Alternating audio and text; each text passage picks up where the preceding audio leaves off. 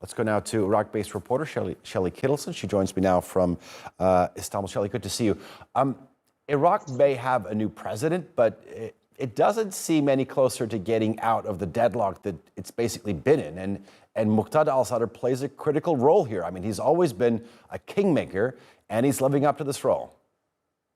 Yeah, absolutely. Okay, on Thursday, we did get a new president and a new prime minister, or let's say prime minister-designate. The new president, Abdul Latif Rashid, designated Sudani to form a new government.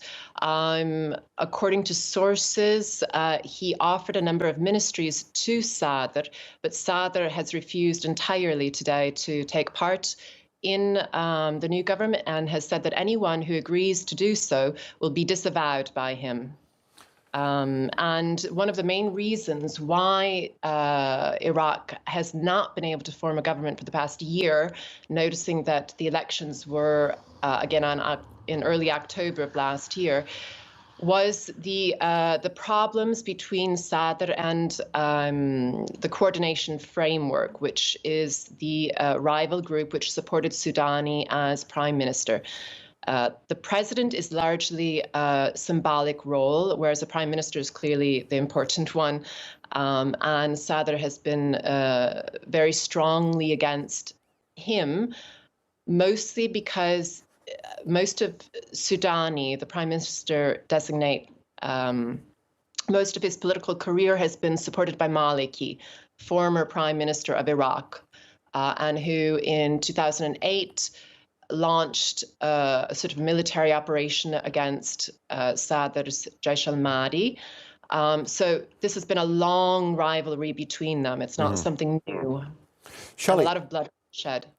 Tell me, I mean, how real is the concern that the nomination of al-Sudani as prime minister designate will actually result to an unwanted return to bloody violence that has basically plagued the country over the past year? Well, the fact that Sadr has said that he will not take part, I think that it's quite likely that there will be some bloodshed. I'm not quite sure to what extent. Over the past few years, we've seen assassinations in the south that have not been reported internationally, but it does seem that people linked to the Sadr movement have targeted people, let's say, close to militias, close to the coordination framework, and vice versa. When I reported from Nasiriyah and Basra in 2019 during the massive protests that brought down the previously elected government, it was clear that supporters of Sadr hated supporters of the militias linked to some members of the coordination framework, which is again... Shelly, I mean, if you could explain to, sorry for interrupting, explain to our international viewers, I mean, because the dynamics of the country is a bit complex. You have two Shia groups, and despite them being Shia groups, they stand on opposite sides, especially when it comes to allegiances and what they want for the future of their country. So if you can go into that. Absolutely. Okay. In the West, we tend to just see a divide between the Sunni and Shia completely based on religion, and that's wrong. For Iraq, we should not be looking at it as that. Sadr is seen as a more nationalist sort of politician, religious cleric, and so forth, although he officially has left politics, but he's still obviously involved in some way. He did not want Shia militias backed by Iran to go into Syria, for example, which is something that doesn't get discussed enough, I think.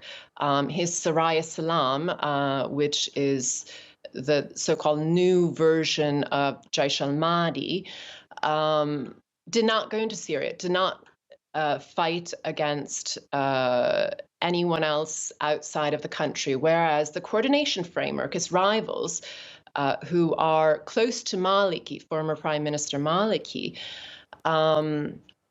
many of them have fought in Syria. Many of the fighters linked to groups that are taking part in this political formation fought in Syria.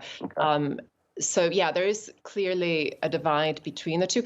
And incidentally, another thing that didn't perhaps get enough attention was earlier this week, Maliki appeared in court after an audio was leaked by a US-based activist in July that claims to be Maliki's voice threatening to fight against Sadr, basically. So yeah, clearly there's a huge problem there to get these two sides to cooperate in any way. And the latest chapter in this problem is Muqtada Al-Sadr's movement refusing to take part in any new government by al-Sudani. Yeah. Shelly Kittleson, I'm afraid we're going to have to leave it there. Thank you very much for joining us here on TRT World. I do appreciate it. Very much. Bye-bye.